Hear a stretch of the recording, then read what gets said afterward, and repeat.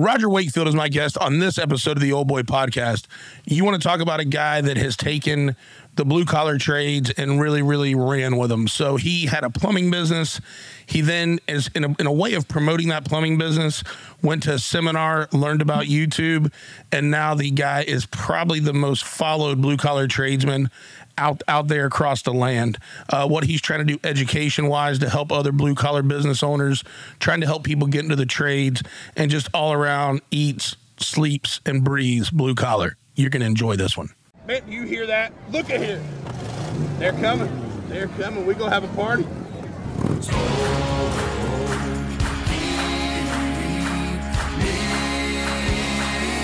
I'm talking good on barbecue.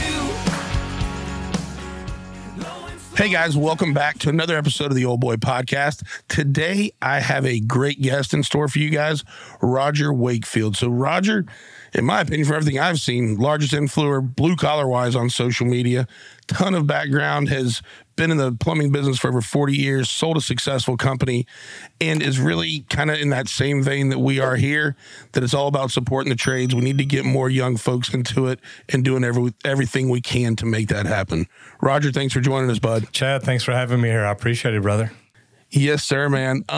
One of the things that's interesting to me and kind of just researching for our conversation, and you were recommended to us by Bo Barkley over there at Western Welding Academy. Great dude. Really had a great conversation with him. They're a good group of guys. They're doing a lot of good stuff. Yeah, and just the way he was talking about the way that academy has grown, and the amount of students that they have, the amount of placements they have after their students are done there, just absolutely amazing. Here's the deal. There's over 1 million unfilled trades jobs across the U.S. right now. So getting people in, and what I like about what him and Tyler are doing over there, they're fast tracking it. They can literally bring somebody in, turn them out as a welder in 6 months? Yeah. Somebody can go in from making nothing to walk out making over $100,000 a year in 6 months. You can't get that in college. Nothing like it. No, and to me that is absolutely crazy. And both when I had Bo on, and you've got a very similar statistic in plumbing I ran across, but Bo was saying for every 7 guys that are getting out of the industry, retiring out, old age, they've done their time, they're getting 2 back. And I saw you had made a statement in Texas with plumbers. I think the average age was 58. And for every 10 y'all are losing, you're maybe getting 4 or 5 back. Yeah, maybe. That's a problem. Oh, yeah. Yeah. The 2 to 7 sounds pretty good. We're 2 to 5. So it's not looking good. No, it's and what, one of the things that I've talked about with a few guests on the show is, I'm 47. I grew up in that era where there was a real stigma if you didn't go to college, right? Like you kind of just weren't good enough. You weren't going to amount to shit. And I feel like some of that still exists, but I mean, I was fortunate enough through athletics and academics, I didn't get strapped down with any college debt. That's the majority of the minimal. I mean, that's the minimum there. Most people have been strapped down with 40, 60, couple $100,000 in school debt, and then expected to get out of it for a, maybe middle management job. It's terrible. And look, it's not getting any better right now, but I will tell you this. It's funny because I had the chairman of the Texas State Board of Plumbing Examiners in the office earlier today for a podcast interview.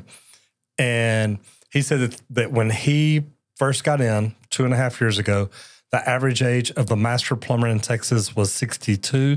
He said now it's 55. So they're bringing in more people and trying to get them through the system faster. And I think it's helping. Texas is doing a lot of things to, where Tyler and Bo are created this academy. What Texas has done, Texas is now taking plumbing into the high schools. There are 60-something high schools in Texas right now. The student can come in, and after their freshman year, they can say, I want to learn plumbing. So their sophomore, junior, and senior year, they take plumbing.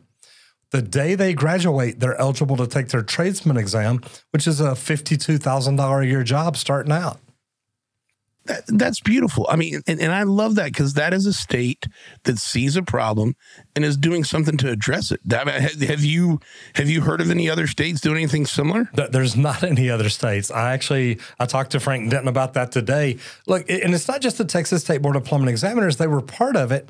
But you've got the Texas State Board of Plumbing Examiners, which is really Frank Denton and Lisa Hill. She's the executive director.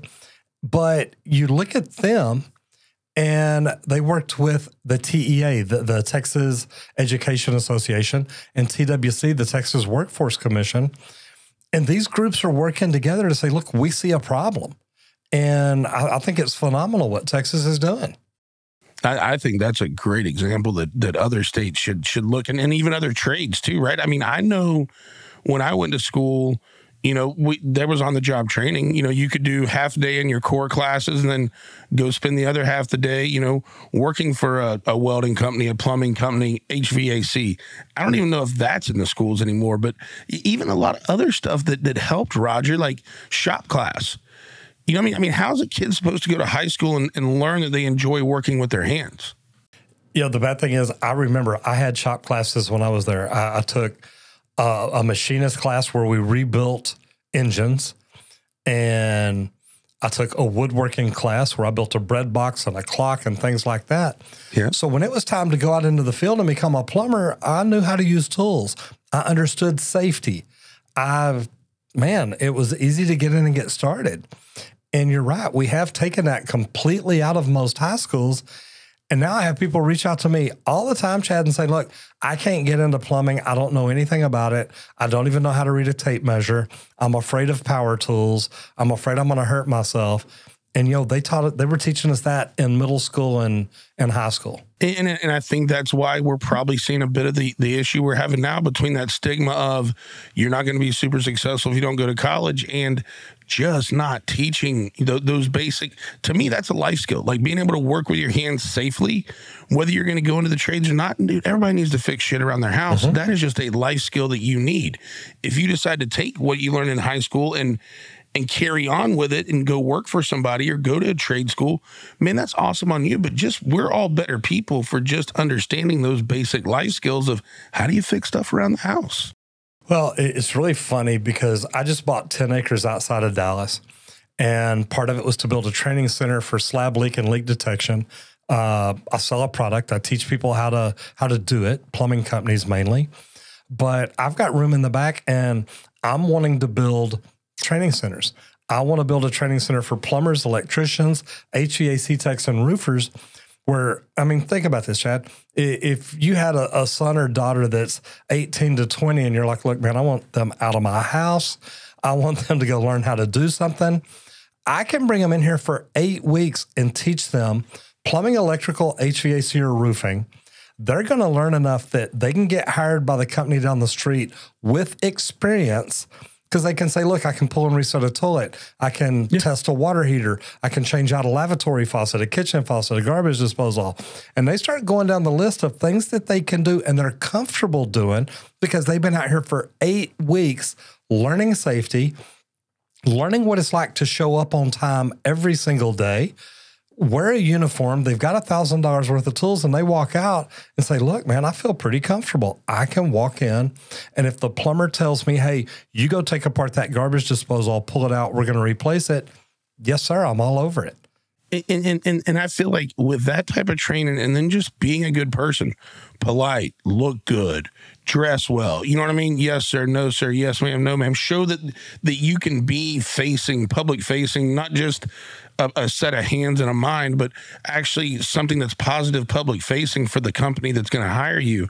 And that puts you even more steps ahead of the talent pool that's out there right now. It's funny you mentioned that, Chad. I was literally being interviewed and talking to a lady about different things that I teach, because I've got an app coming out. It's actually released next week. I've got so many things I've been working on. But I talked to her about people getting in the trades. And I said, look, let me ask you this. I said, if you were hired, I said, how many people have you hired over the last 2 years? She said, not very many, probably only about 12 people. I said, okay. I said, imagine that one of my apprentices or somebody I've trained walks into your office and you're like, hey, Tommy, look, I'm here to do your interview. Tommy reaches out and shakes your hand and says, Miss Becca, thank you very much for the opportunity. I appreciate this. I've really been looking forward to this. And they sat down and you ask them questions and they answer your questions. And then when you get down to the end, they've got questions like, well, Miss Becca, how is me coming to work here going to make me a better person? How is me coming to work here going to make me a good plumber? Because I don't just want to be a plumber. I want to be a great plumber. Do you have a training system? Do you have an educational system of any kind? What do you have that's going to help me? And they answer questions like that. And then at the end, and she says, man, that's great. Says, do you have any more questions? Yeah, I've only got one more. Me sitting through this interview today, have I given you enough answers to let you know if I'm the right person or not for you? Thoughtful. You bet. Very thoughtful. And then when they get up to leave, she says, you know what, you have, but we've still got some other interviews. We'll be giving you a call next week or something like that. You get up and you go over and shake their hand and say, Miss Becca, again, I want to thank you for the opportunity here. Yep. This has been such a pleasure. And I really am very impressed by your company. And then you turn to leave. I said, so what do you do? She says, I stop them right then and say, hey, you know what? You got the job. Don't worry about it. You've got the job. Yeah. And that's what I try to teach people is, look, you can make an impression when you walk in. It's not that you're not just showing up because they need people. You're showing up because they have a role to fill and they want a certain kind of person to do it. And when you show up and let them know, like you talked about, I'm going to represent your company well. No matter what situation you put me in, I'm going to represent your company well. You know what? You're going to hire those people all day, every day. I completely agree. And then speaking of that, Roger, I mean, I know you had a very successful, 40-year, tenure company, in the plumbing industry. Talk to me a little bit about your history, how you started that up, and then some of the challenges of scaling something, over 4 decades. Well, and number one, my company, I only started in 2015.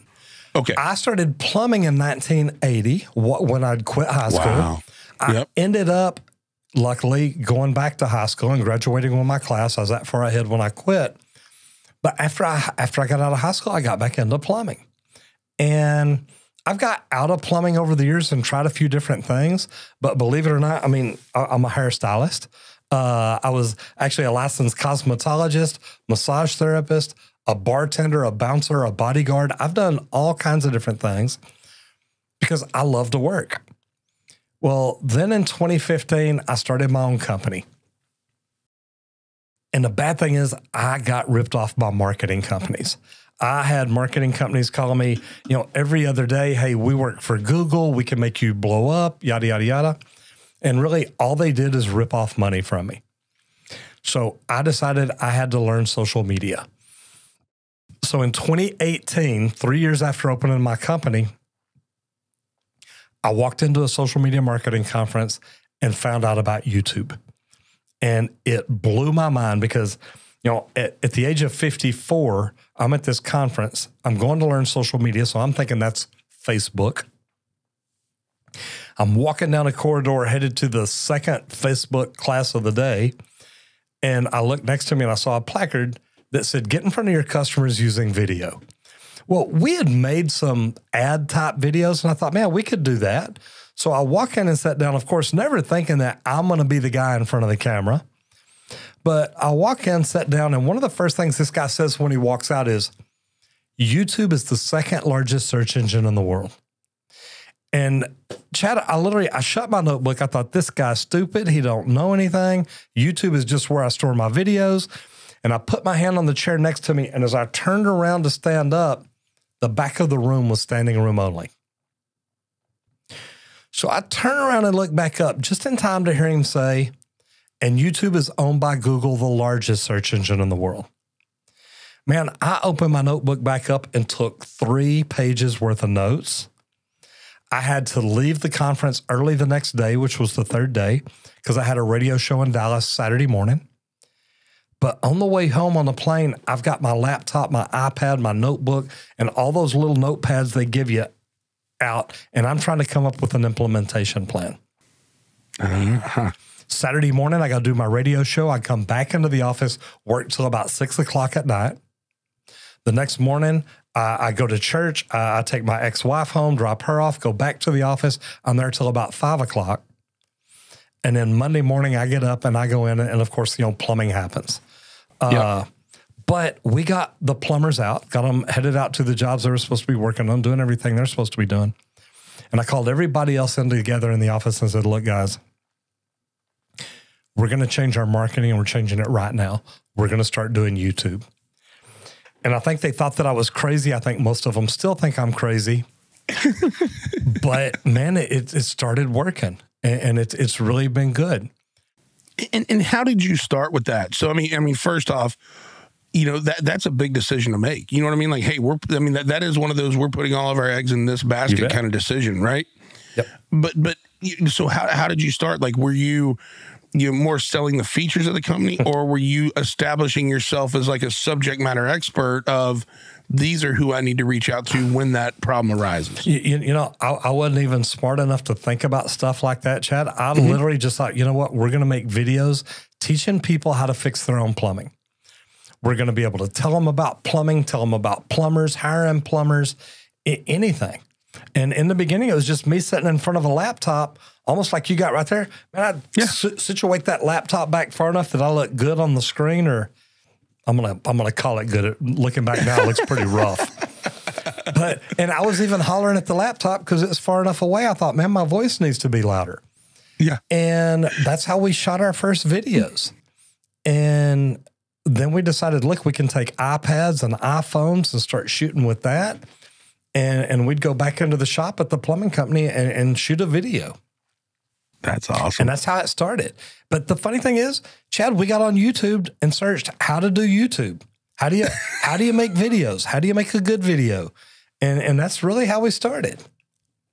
And that's amazing. And now that has turned into over 110 million views. That is an ungodly number. I've seen the gold plaques before, but like, do you have some special color plaque, Roger? Because that is a shit ton of views, bud. Mine's right over here. Mine's a silver play button. And the silver play button is what you get once you go over 100,000 subscribers. That they don't give you the gold plaque is for when you go over 1 million subscribers. Now, got it. We're headed that direction. We just went over, 607,000 subs. So we're growing, which tells me we're doing things right. Yep. And we keep learning. The neat thing is, Chad, I study YouTube every day. I've got tools that I look at. I got things that I learn. I've got coaches and consultants. But then again, on the other hand, I teach YouTube. I bring people in. I teach them how to set up channels, how to build courses. I mean, how to do so many things. But it's just like me being a plumber. I think I learned from some of the greatest plumbers in Texas. And that's why I started doing YouTube, is I want to teach y'all the things I learned. I want to teach y'all how to do it right. So it works.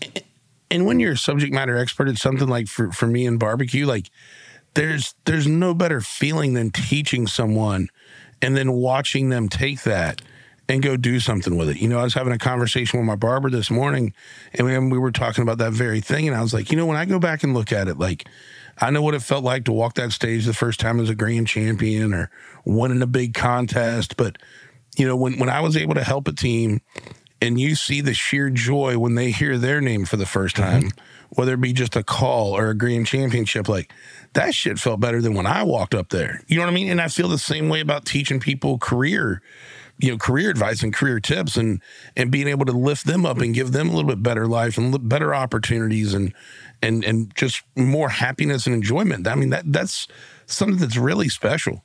Where this gets me, and I love what you do. I was cooking on my Traeger just the other day. I've still got the old original Traeger XL. Yes, sir. I know the one you're talking about. That's a good cooking machine. I love it. People are like, dude, you need to upgrade. It's like, whoa, why have I got to get rid of my baby? Yeah, that's right. But the cool thing about it is, and I've actually reached out to Traeger, Yoder. I've reached out to a lot of different people and said, look, my community would love this. And so anyway, that's a whole nother story. Yes, sir. But the cool thing is, I used to be an instructor in the union.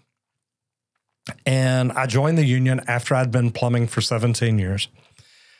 After being in the union for about 3 or 4 years, they asked me if I would be an instructor, which was great because I was the first non-union person that didn't come up through their training program that they brought in as an instructor. Wow, And that's impressive. Man, when you get to go to graduation and you watch these kids that you've helped bring through the program, that you have watched grow from, hey, I don't know how to spell my name, to now they're a pipe fitter, they're a plumber, they're a welder, whatever it is. And you watch them and you've seen that transformation. It's amazing. And I love what I get to do on social media, Chad, because I go out to restaurants, I'm at the airport, trade shows, whatever it is. And I mean, I've had grown men come up to me with tears in their eyes and say, dude, look, you changed my life. I didn't know what I was going to do. I had a job I hated. I was unhappy. I was miserable. I was thinking about suicide, just a million different things. And they come up to you and they're like, look, dude, you've got me where I'm a plumber now. I have a license. I'm running a van. Or, hey, I watched you and you told me I could start my own company. And guess what I did? And now me and my wife, she doesn't have to work anymore. She helps me run the business. And we're making, $4 million a year. And it's like, dude, I love hearing these stories. Absolutely. And the good thing about it is, I mean, if they can find the help, they're taking that and bringing more people into the trade, right? Because they've got this successful business, they need folks. You bet. So if they can find the folks, those folks are going to get the opportunity too later on in life. Mm-hmm. And we're making other people's lives better. And to me, that's just phenomenal. No, it most definitely is. One of the things you brought up there that I'm curious about is, a lot of times because, someone may come straight out of high school and get into the trades and, 5-6 years later, after they've got their journeyman and they've got their certifications, they decide, hey, I'm going to buy a van. I'm going to hang a shingle. What's some of the things that you've seen when, a blue collar worker becomes a blue collar business owner? Because we know, both of us know from going from being the doer to a business owner, there's some shit you got to learn there in the process. What would you say to that person that's listening right now, and some of the things you've seen to avoid, and some of the things that you would recommend? Hey, get your arms around this. Well, and a lot of it is, Chad, we don't know what we don't know. Reps. I always say it's reps, Roger.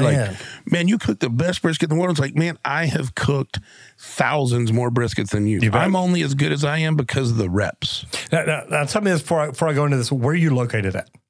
I'm in Florida, Lakeland, right between Tampa and Orlando. Oh, okay, because I come out there every now and then.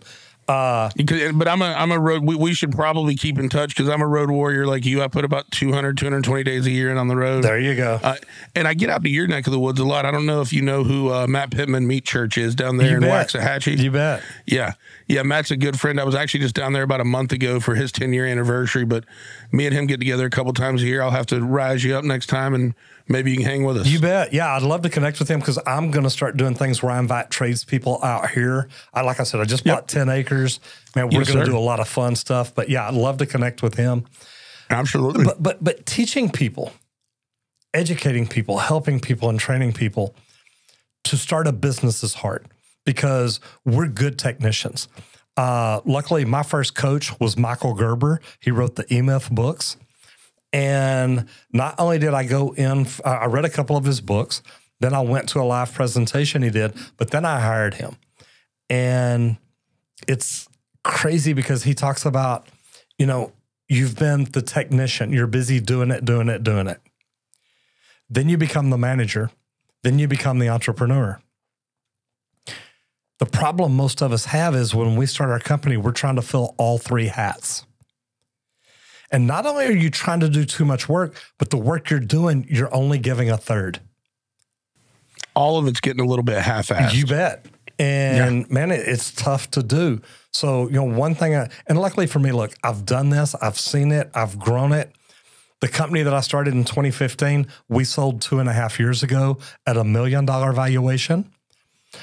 I sold it again last December at a $45 million valuation. And it's now I'm in a tough boat because they're like, look, Roger, hang around. We're going to sell it again in 2 years for $100 million valuation. And I keep percentages of it. So, and my percentage keeps going down the more times it sells. But the number keeps The going number up. keeps going up, so it's multiplying out pretty well. Hey, as long as it's a big old slice of pie, I don't mind if it comes out of a small pie or a bigger pie. You know what I mean? Yeah, if it's small pie, my piece better be a little bit bigger. Yeah. But still, it's, you know, that's one thing that I do. And like I told you, look, we're starting an app. It's coming out. But yeah, tell me more about that. I'm curious. Man, I'll tell you, you can literally just text. Have you got an Apple or an Android phone? I'm an Apple guy. Okay. So text the word Wakefield to 26786 and it'll take you straight to it. Got it. And people that have Android can text the word outhouse to 26786. Well, you know, I love it. Man, we bought the 10 acres out here and we let our community name it. So welcome to Roger Wakefield's outhouse. So it's fitting, though. Man, that's great. You gotta love that. Can't complain about it at all. Proud sponsor of the show, Trollco Clothing. Love what the brand's about. It's all about supporting that blue collar worker. You know them for their trademark shirt and hat, dirty hands, clean money. It's not just a slogan. It is a lifestyle. Go visit trollcoclothing.com and use my discount code Old Boy Podcast for 15% off. But you know, the neat thing is I've learned along the way. I learned how to get in the trades and learned how to do really well at it. So when I became a journeyman, I became a foreman, became a superintendent, became a master plumber, moved up all the way to director of operations for a big mechanical contractor. Then when I got out and learned or opened my business, I knew that there was a lot of stuff I didn't know. And it's a hard thing to do.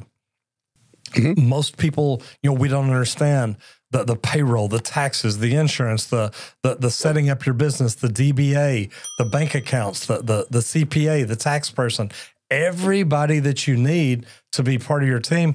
And a lot of these people you need from the very beginning to make sure you're setting it up right.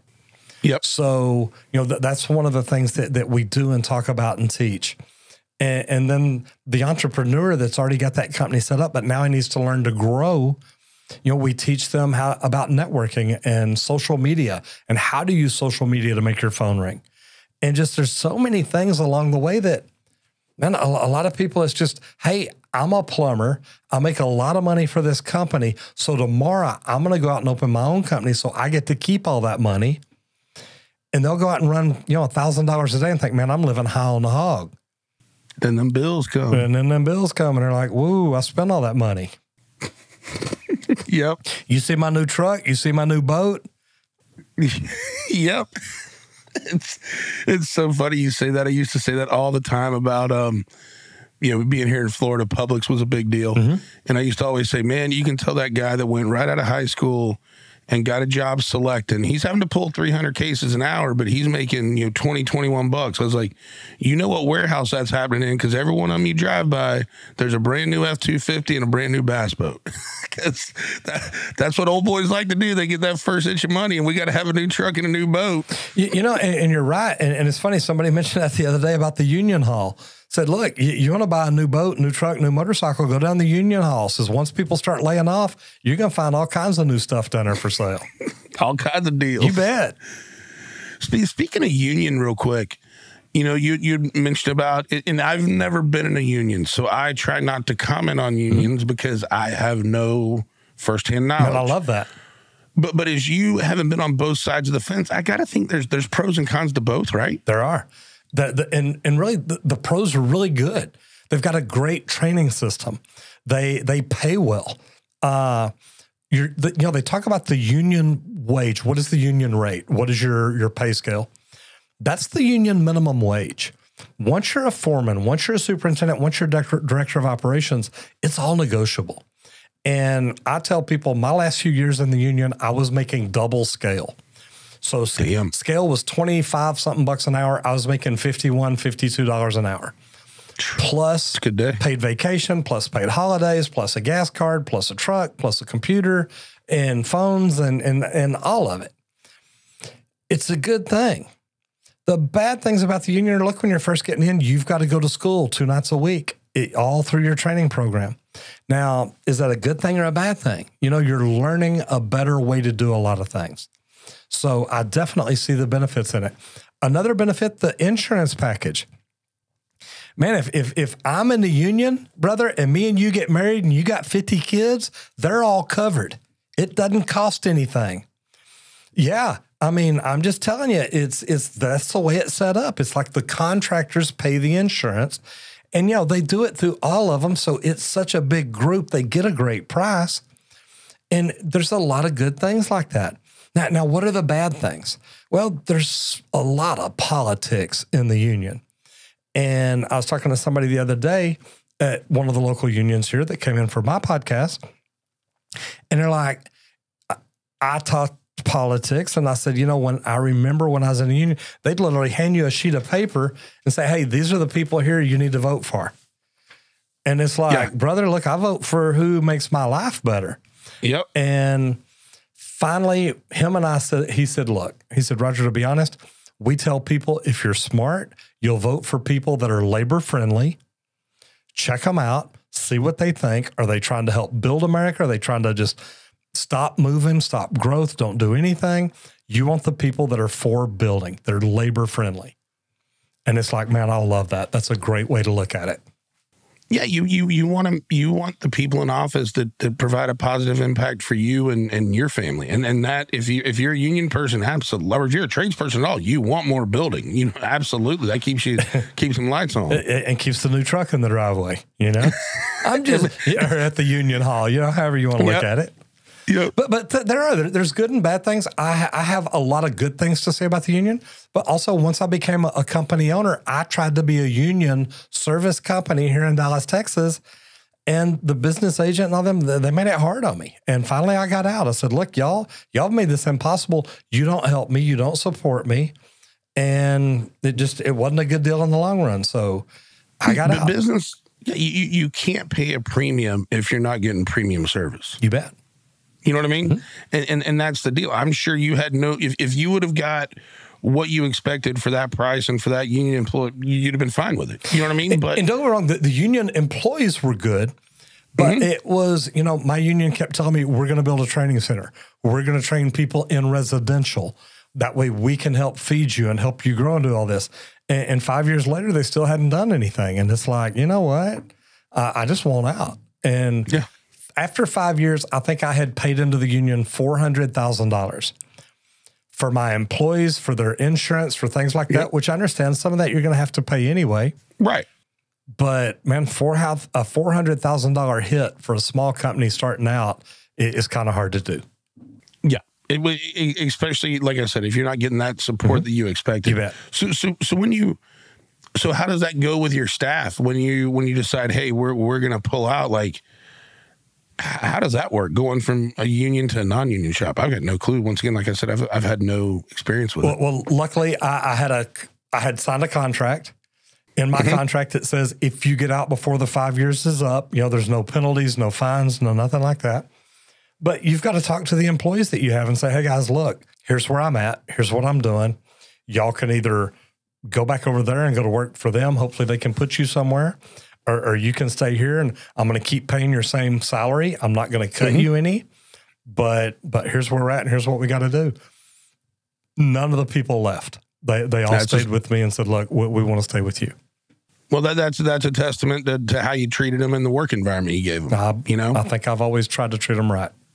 Well, and I think that's the thing too, is, you know, a lot of times getting back to kind of that where we were starting with this, about, you know, when you become an entrepreneur, one of those things is, you know, and it's that simple rule of life we always talk about, but treat people the way you want to be treated. Just because you're El Jefe now, you know, if you don't like being straw bossed, don't straw boss somebody. You bet. You know what I mean? The way you enjoyed being treated as an employee, try to create that culture and that environment and where you're hanging your brand. Well, and I even go beyond that because I used to be a waiter.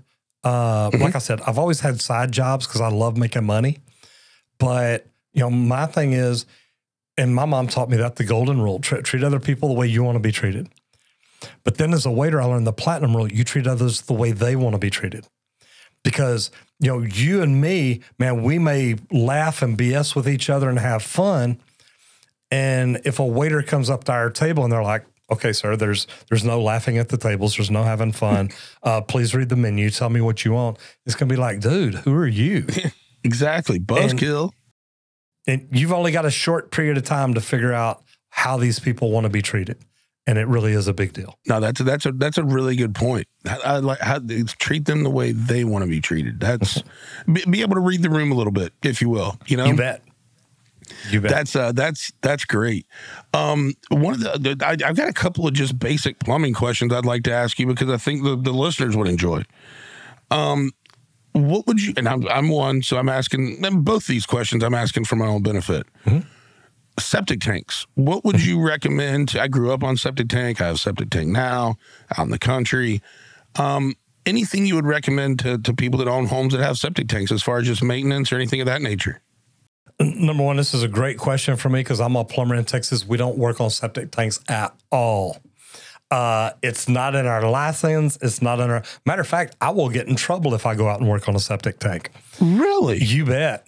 But man, I wish I could remember what it was. I'll have to get back with you on it.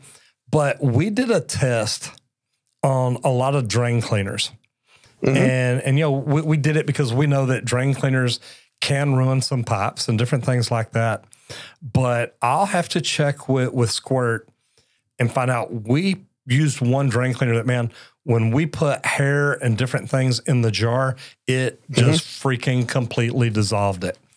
And I went to read the bottle and it says, hey, if you'll put, 6 bottles of this in your septic system once a month or whatever, something about the enzymes in there get in and eat stuff up and just dissolve stuff. And it blew my mind. I'm like, man, because I've never had a septic system, but now that I bought this 10 acres out here, I've got 4 of them. So I'm like, dude, what do we need to pour down the drains? And how many bottles of this can we get? And how quick can we make it happen? But I tell you what's funny, it's really neat, Chad, because next Saturday, I've got a guy, Poor Pumper Society out of Waco, coming up here for my podcast. And man, look, I love all the trades.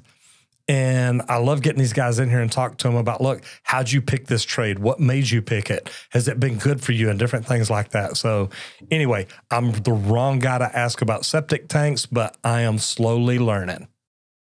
Hey, and then you're gonna have to get up to speed quick now that you got 4 to maintain, old boy. Isn't that the truth? Isn't that the truth?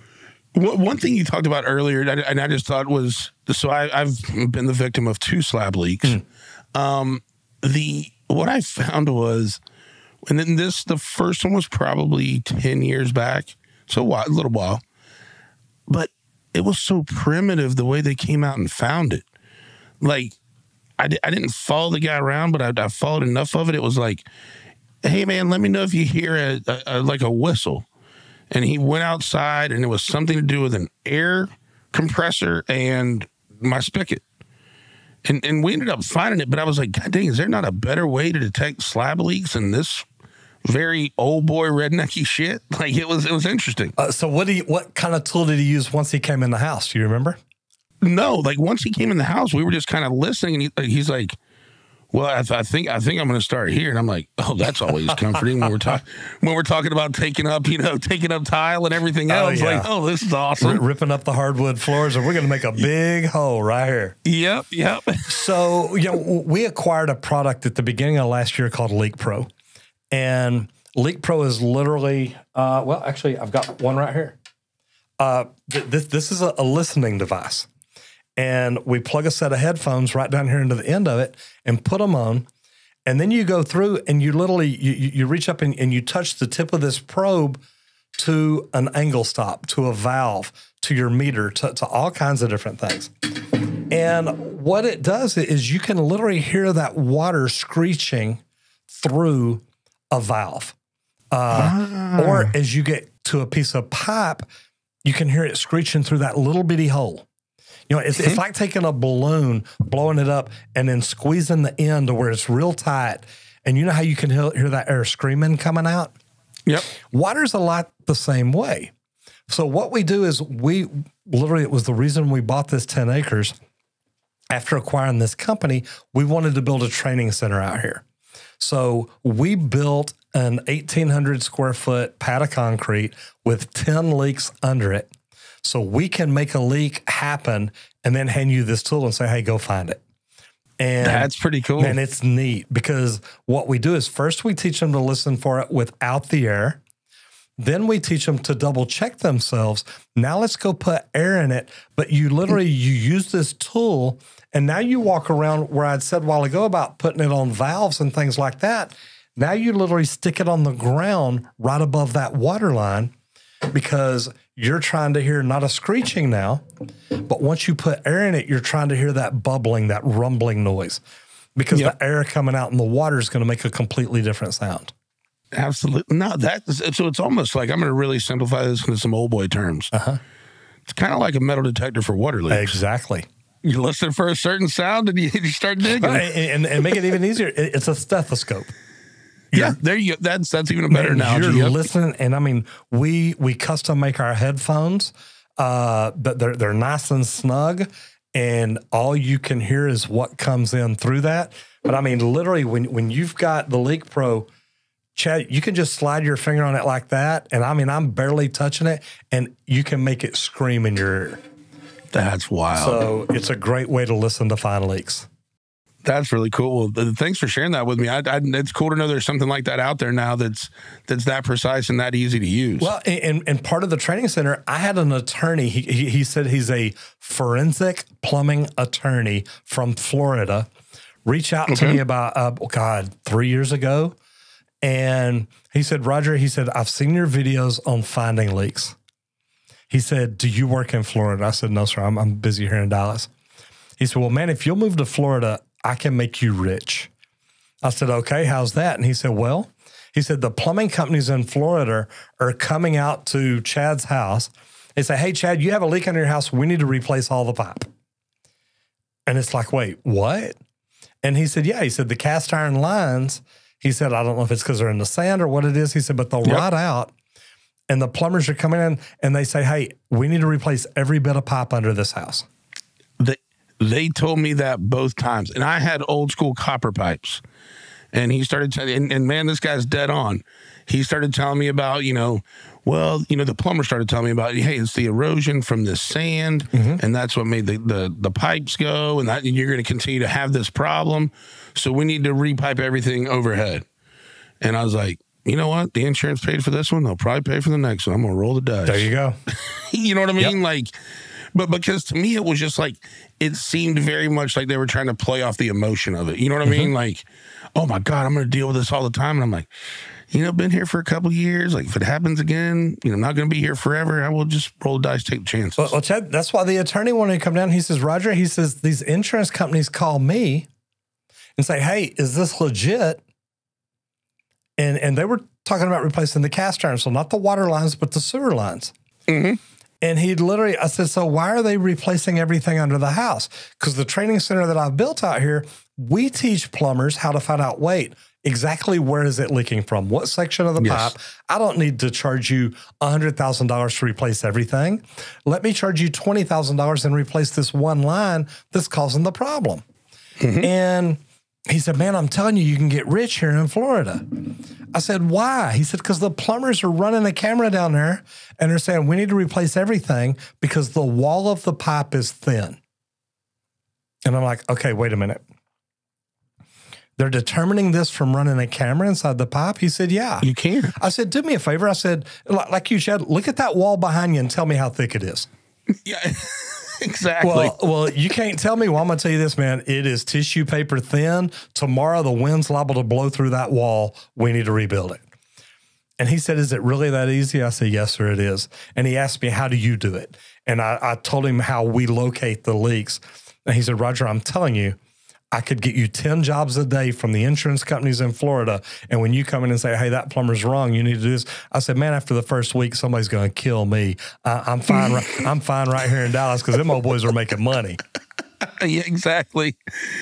Yeah, one thing you don't want to do is get in the way of an old boy and his money. Isn't that the truth? Isn't that the truth?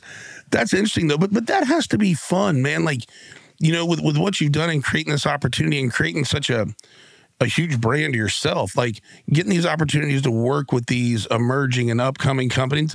And, you know, it's you find a great product. They just need somebody to put some light on it. You know what I mean? And you're fortunate to have that platform and be able to do that. Look, I tell people, God has blessed me in such amazing ways.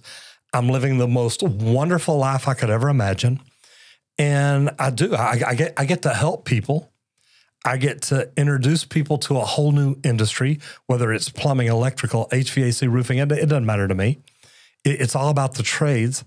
And it's a career choice that can lead to a professional license.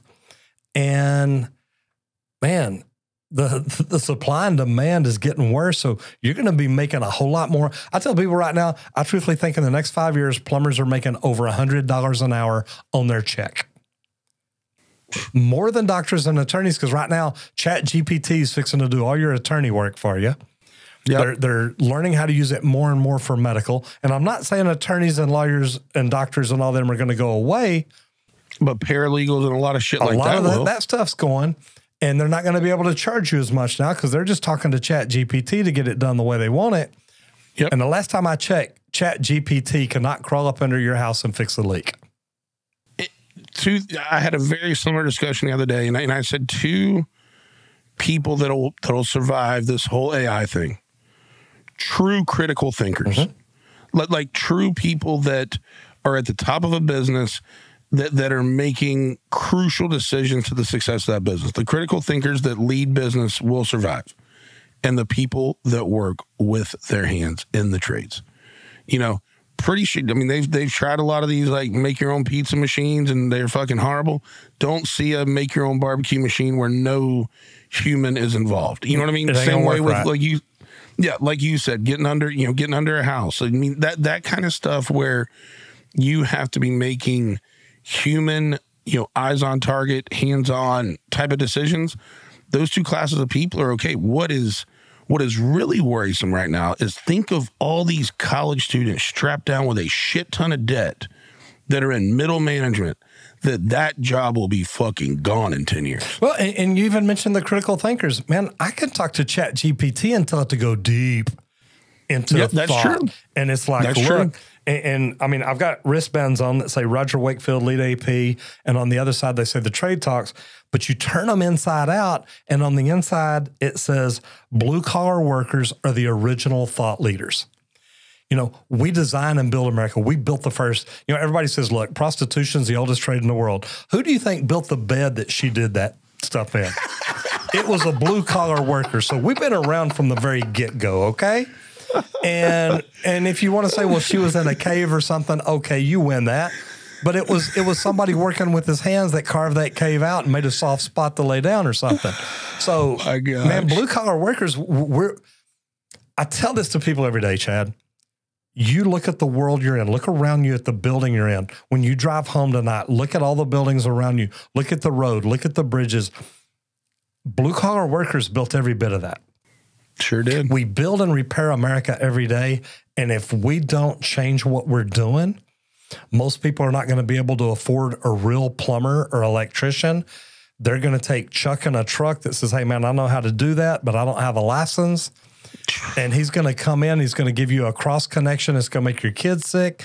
He's going to use faulty wiring on your electrical work and cause your house to burn down. Is it worth it to lose your family to save a few bucks? Yeah. Let's get more people into the trades. Proud sponsor of the show, Welder Nation. Man, I will tell you what, if you are looking for apparel that is built for that trade, this is made for the 0.1 percenters. Those folks out there putting apparel to the test, working some of the most dangerous jobs in some of the most dangerous places. The last thing you can have is faulty gear, faulty apparel. Go check out weldernation.com. Feel free to use my discount code OldBoyPodcast for 15% off. I completely agree. And do you feel like, and I've seen you've had some really cool appearances lately, Chris Como, Dr. Phil, I'd like to talk about those two, but do you feel like when those type of people are reaching out to you with mainstream platforms and audiences, that it's becoming cool again to talk about the trades and push people into them? In my lifetime, the only real bump that I saw was when Mike Rose started Dirty Jobs. Mm-hmm. You know what I mean? And you started seeing, as that show went on and Mike got a little louder voice, you felt like you heard about the trades. You felt like you heard the trades represented. But, and maybe it's just because I'm really getting deep into this podcast and talking more to blue collar people. But even if I step away from that, I feel like it's having a resurgence. Like it's becoming cool to talk and aspire to do blue collar. But we're right at the bottom of it. But do you feel like mainstream media is starting to give us a little bit of that respect? Well, Chad, I'm making it sexy again. Okay, that's all there is to it. All there is. No, I tell you what, it was so fun because I already knew that I was going to do the Dr. Phil thing whenever I went to New York with Chris Cuomo. And it's funny because Dr. Phil was on Chris Cuomo like a day or two before me. So he had been there. So then when I got to do Dr. Phil, I got to talk to him about Chris Cuomo. And it was all really, really neat. But here's what I think they're seeing is, and both shows were the same. They were both talking about we need more people in the trades. And here's why we need them. And they were talking about all the problems that they're having, about not enough tradesmen, 1 million unfilled trades jobs. Dr. Phil talked about in the next 3 years, there's going to be 3 to 4 million unfilled trades jobs. And that's why I'm saying, guys, it's going to cost us a lot more money. If I don't do what I do, and I tell people every day that I am transforming and elevating the trades industry through education, innovation, and community engagement. And to me, this is important because if we don't bring more people into the trades, you're going to have a lot more people out there that cannot afford a licensed plumber and a licensed electrician and a licensed HVAC technician. And it's going to make America revert back to a third world country. We're not going to have people that can fix and repair and build the structure that we need each and every day. Because, really, at the end of the day, two things that keep a thriving nation from becoming a third world country, and that's economy and infrastructure. Mm-hmm. And, and infrastructure, as you hit on just a few minutes ago, and infrastructure is, 100% blue collar. Yeah. And we've got less and less people filling those jobs each and every year. We've got more people retiring. We've taken it out of the schools. We've taken even basic woodworking out of the schools where a kid can at least say, hey, look, I can be a carpenter. I know how to use a circular saw and a hammer. We've taken everything out. It's time to start putting it all back in. And why do you think that is? Do you think it was liability? Do you think it was like, why take shop and those things out? Or is it just budget cuts? Probably that's where it sits. Public education's gotten so bastardized with cuts, especially, primary education. Well, you can say budget cuts, but look, we already had it there. It wasn't like they were. That's true. It wasn't like they were having to add anything. It's already here. Oh wait, let's cut it out. Let's make it go away. I think it got down to kids got hurt. They hit their finger with a hammer, and mama said the teacher needs to be shot. Yeah, and it's like, wait, your little fun kid that doesn't listen to anybody thought it'd be funny to hit his own finger with a hammer. Now you want to sue the school, lady? That ain't happening. Yeah. And I do. I truly think that it was, look, we're teaching kids to play with power tools. Oh my God, that's dangerous. No, they're learning a career. Let them go to school and freaking learn. I completely agree. Completely. I know one of the things you've been doing more and more of too, and it's got to be fun, is the professional speaking engagements. Going out regardless of what group it is and just sharing your stories, sharing your experiences. That's got to be pretty fun. Again, man, I'm living the most amazing life. I get invited to speak at trades conferences. I get invited to speak at social media conferences because of what I do there.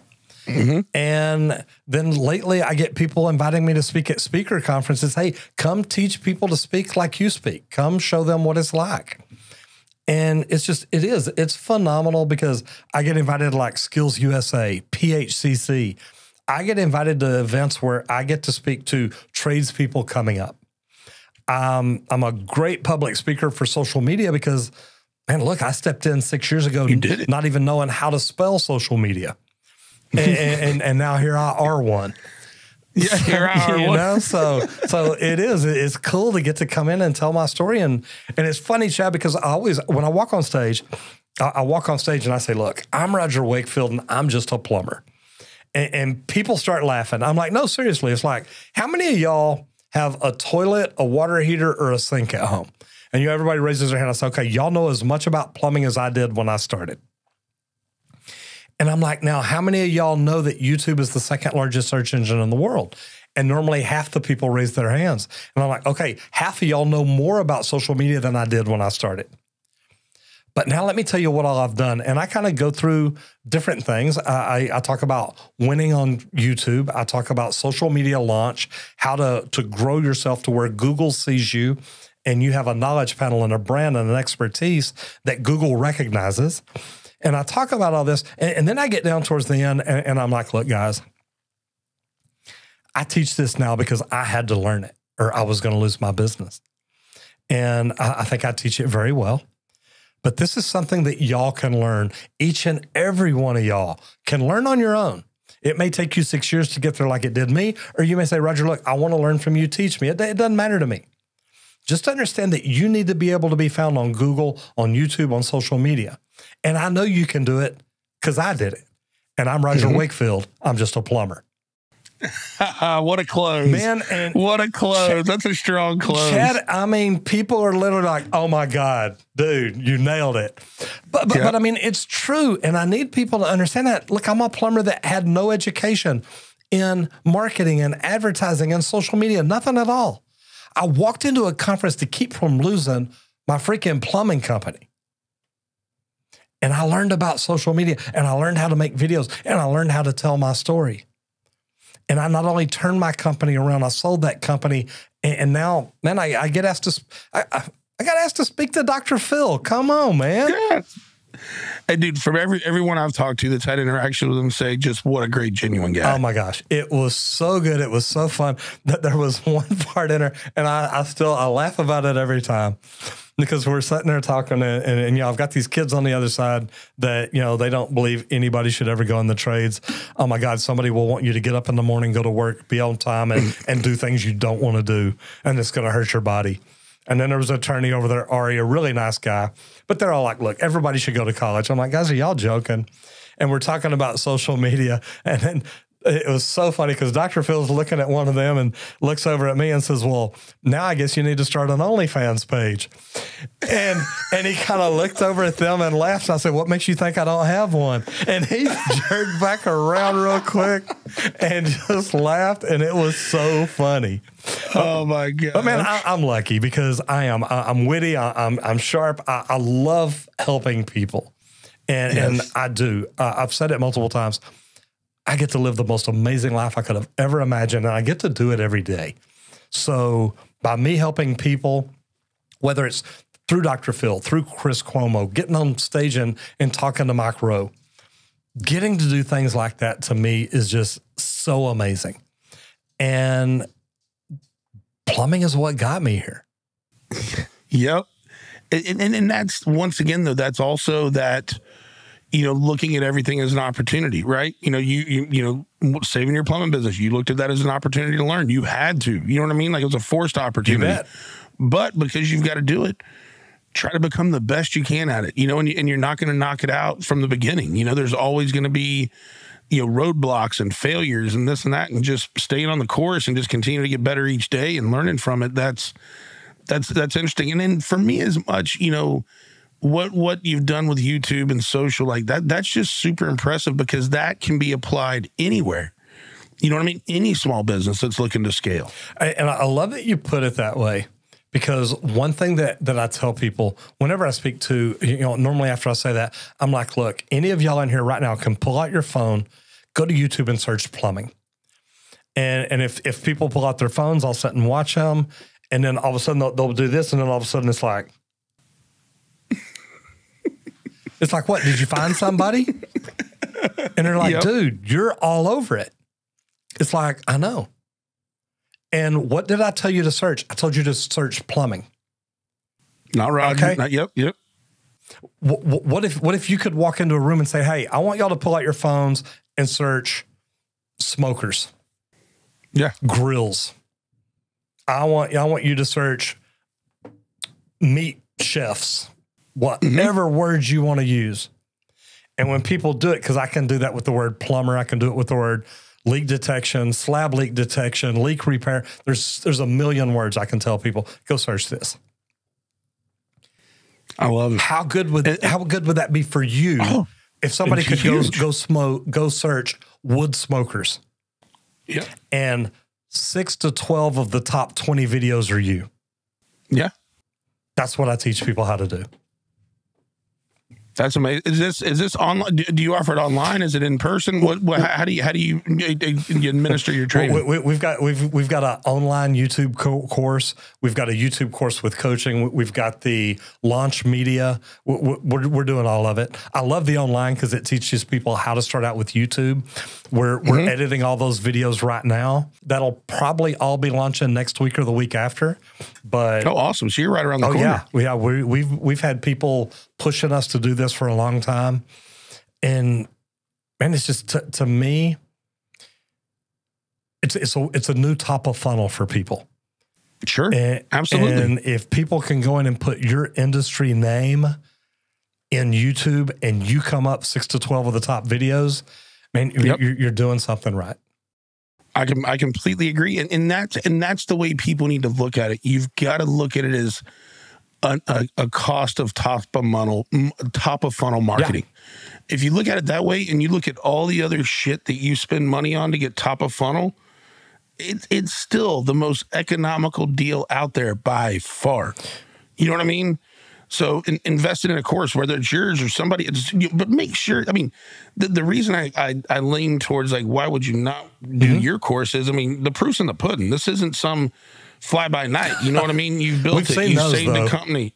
Yeah. Oh, dime a dozen, man. But here's what I tell people too is look, I know a lot of the top YouTube coaches, and look, I still study YouTube. I still have coaches. I still have consultants. I invest more money in me each year than I used to make in a year, because I want to, you said it a while ago, I want to be the very best. Most people getting in the trades right now, they just want to check. If you come in and want to be the very best, guess what? It's not real hard to do because most people aren't trying to be. So the opportunities out there is phenomenal. But man, when I sat in that room and learned about YouTube, I was literally thinking about how much money I send to Google each month. Now Google sends me money every month because of people watching my YouTube videos. Yep. And I would have never thought, wait, I'm getting into something that's going to make my business grow, and they're going to pay me to make my business grow? Yeah. It's wild. I know plumbing math, and that just doesn't add up right. There's something about it doesn't make sense to me. And man, I'm literally, the first 2 years, I didn't even know you could make money at it. That's wild. Man, right after that, I'm making more money than I've ever made in my life. And it's like, wow, this is because of YouTube? Do I need to be in this whole plumbing thing? No, I might sell that plumbing company. But it is, man, it's nuts because, you know, we talk about a top of funnel. And if you're the wood pellet smoker guy, when people go in and search wood pellet smoker and you come up, whatever product you're talking about, that's the one they want. Yep. Man, you're the guy. I just watched 12 of your videos. Dude, you know what you're doing. You know how to cook a brisket and wrap it and do a Texas style and make it tender. And oh my God, this thing's amazing. When it's time for me to buy a smoker, wait, which one did you say to buy? What model number? How big does it need? What kind of pellets do you use? How many bags should I buy at a time? Yeah, you have established yourself as the authority in that user or viewer's mind, and now it's, you know, that's exactly where you want to be. You are now the guy. It's great advice, and it's so powerful, Roger. It's absolutely awesome. We already burned up an hour. Good Lord, man. It don't take long, does it? It does not, man, but it has been an awesome discussion, and I appreciate you coming on with us. I know we've talked about some things, but anything else that you want to tell the folks about, have them come take a look at, because like I said, man, just super impressive with what you've done, and can't wait to see. It sounds like the future is going to be even more. So you've got a new follower, you got a new friend. Thank you, brother. And I definitely look forward to the journey. Oh, one thing before Absolutely. that. Just as we found Bo helped us find you. One or two people that you think would be a great fit to come on. Man, I got an electrician friend, Dustin Stelzer. He's got a YouTube channel called Electrician U. Okay. Phenomenal guy. Man, I can connect you with a bunch of people if you're really interested. Yeah, no, I mean, this is right down the lane. We love talking, so we'll start with him, and then we'll stay in touch. And anybody else that you think would be solid, man, I'd love for you to forward our way, because I really enjoy discussions like this. I know that our community and our listeners enjoy this type of discussion, and we need more of it, man. We got to amplify getting these blue collar, jobs and trades back in the forefront. And I love it because people ask me all the time, says, Roger, look, you talk about people getting in the trades, but why are they not? And I'm like, well, and I hate to say this like this, but their principals, their guidance counselors, their teachers, their parents, their aunts and uncles are ignorant to the opportunity in the trades. Yes. And it's just, it's ignorance. They don't know. Yep. Don't mean that bad. Completely. I'm not saying they're stupid. I'm not saying they're mean. I'm not saying they're not giving you great information, but the opportunity in the trades is, to be honest, you can get in the trades right now. In about 5 years, you're making over $100,000 a year. Yeah. 5 years after that, you can be an entrepreneur and own your own company and be making $1 million a year. Absolutely. The opportunity is there, and you don't have the student debt. You don't have any of that. So anybody that listens to this, that's like, look, what's the best opportunity out of this? Tell somebody you know about the trades. Say, look, have you thought about being a plumber? Have you thought about being an electrician? Have you thought about this? And that literally can help make even their lives better in the future, because now there's more people in it that they can trust. Totally agree. Totally agree. Man, once again, it was just a great discussion, and we got to keep plowing forward and keep doing the Lord's work, man. It's awesome. And like I said, just super motivational, and just really makes me want to continue to do what I'm doing, and just, ramp folks up and let people know what we got going on out there, and it needs to be addressed. Well, Chad, look, I love it. I see your bottles of whiskey there. So, Yeah. So I'm going to tell you, if you're ever in my neck of the woods, you need to let me know and come by. Because right on the other side of the wall right here in that room, I've got a Browning gun safe. It's about 6 feet wide and about 6 feet tall. And it might just be full of tequila and bourbon. Oh, I see where those YouTube checks are going, old boy. Well, you got to do something with them. If I don't spend the money, Uncle Sam's going to want all of it. Exactly. So why not have a hell of a tequila and bourbon selection? I've got that here. Now I do have guns in it, so don't send people in here to break in. I've got my Barrett M50, my AR-15. I've got my Glock. So we can pack if we need to. I love it. But I love it. I mean, it's Texas. So you gotta have guns. Absolutely, more than one. Love it. Well, Roger, we are definitely going to get together next time I come out and see Matt. Just would love to come see the place and share a little brown water with you and just get to know each other better. But man, it's been an awesome hour, and I thank you so much for it. Chad, thank you so much for the opportunity. This has been a blast. Awesome, man. And hey, guys, I hope you enjoyed this episode just as much as we did. And till the next time, take care, and we'll talk soon. Thank you so much for listening to the Old Boy Podcast.